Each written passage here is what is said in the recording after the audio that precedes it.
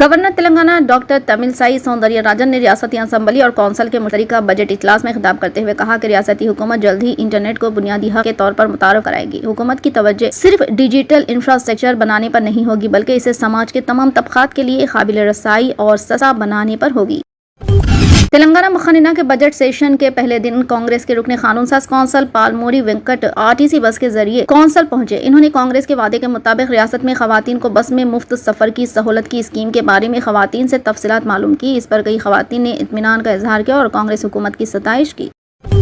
Chief minister Revanth Reddy سے BRS party کے رکن کونسل و سابق وزیر P مہندر ریڈی اور ان کی اہلیہ وقارآباد ضلع پریشد کی چیئرپرسن سنیتا مہندر ریڈی نے ملاقات کی۔ اس ملاقات کو سیاسی حلقوں میں تجسس سے دیکھا جا رہا ہے۔ سمجھا جاتا ہے کہ مہندر ریڈی اور ان کی اہلیہ کانگریس پارٹی میں شامل ہونے والے ہیں۔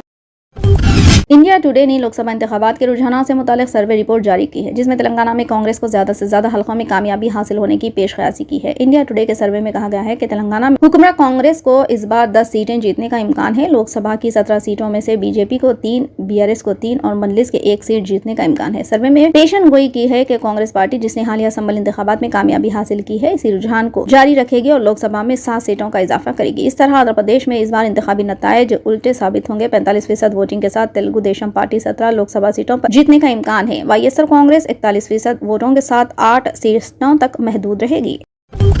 BRS کے ارکان اسمبلی اور قانون ساز کونسل آٹو ڈرائیوروں پر حکومت کے موقف کے خلاف احتجاج میں آٹوز کے ذریعے اسمبلی پہنچے۔ ارکان assembly Harish Rao, T Srinivas Yadav, Sudheer ready, Sabitha Indira ready, ملا ریڈی، وویک آنند، مادھاورم کرشنا راؤ، P کوشک ریڈی، MLC ستیاوتی راٹھوڑ حیدرآباد میں MLA کوارٹر سے آٹوز میں اسمبلی پہنچے۔ اس موقع پر ہریش راؤ نے کہا کہ ریاست میں کانگریس پارٹی کے برسر اقتدار آنے کے بعد آٹو ڈرائیورز کی زندگی اجیرن ہو گئی ہے۔ بتایا جا رہا ہے کہ 2 مہینوں میں 21 آٹو ورکرز خودکشی کر چکے ہیں۔ انہوں نے کہا کہ وہ حکومت کی جانب سے خواتین کو مفت بس سفر فراہم کرنے کا خیر مقدم کرتے ہیں، لیکن حکومت کی ذمہ داری ہے کہ وہ آٹو ورکرز کو تحفظ فراہم کرے۔ یہ انکشاف ہوا ہے کہ 6.5 لاکھ آٹو ورکرز ڈیمانڈ میں کمی کی وجہ سے اپنی EMI ادا کرنے سے قاصر ہے اور بہت سے لوگ فاقہ کر رہے ہیں۔ کانگریس کے صدر ملک ارجن کھڑگے نے مرکز میں وزیر اعظم نریندر مودی کی قیادت والی حکومت کے 10 سالہ دور کو انیائے کال یعنی ناانصافی کا دور قرار دیتے ہوئے کہا ہے کہ وہ غیر BJP حکومت والی ریاستوں کے ساتھ امتیازی سلوک کرتی ہے اور انہیں وقت پیسے نہیں دیتی۔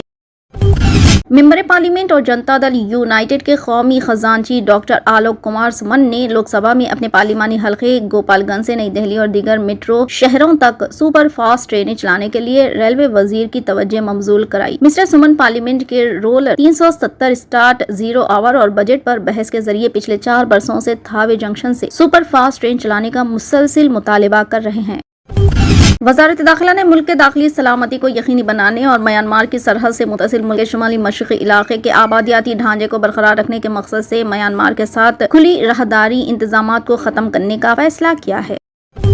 مہاراشٹر کے سابق وزیر بابا صدیق نے جمعرات کو کانگریس سے استعفیٰ دے دیا۔ بابا صدیق 48 سال سے کانگریس سے وابستہ تھے۔ ان کے بیٹے بھی شمال مغربی ممبئی حلقے سے کانگریس کے MLA ہیں۔ بہار کانگریس نے آج کہا کہ اگنی پتھ اسکیم کے ذریعے مودی حکومت نے 1.5 لاکھ ایسے نوجوانوں کے خوابوں کو چکنا چور کر دیا جنہیں باقاعدہ بھرتی کے تحت سخت ذہنی اور جسمانی امتحان سے گزرنے کے بعد مسلح افواج میں شامل ہونا تھا۔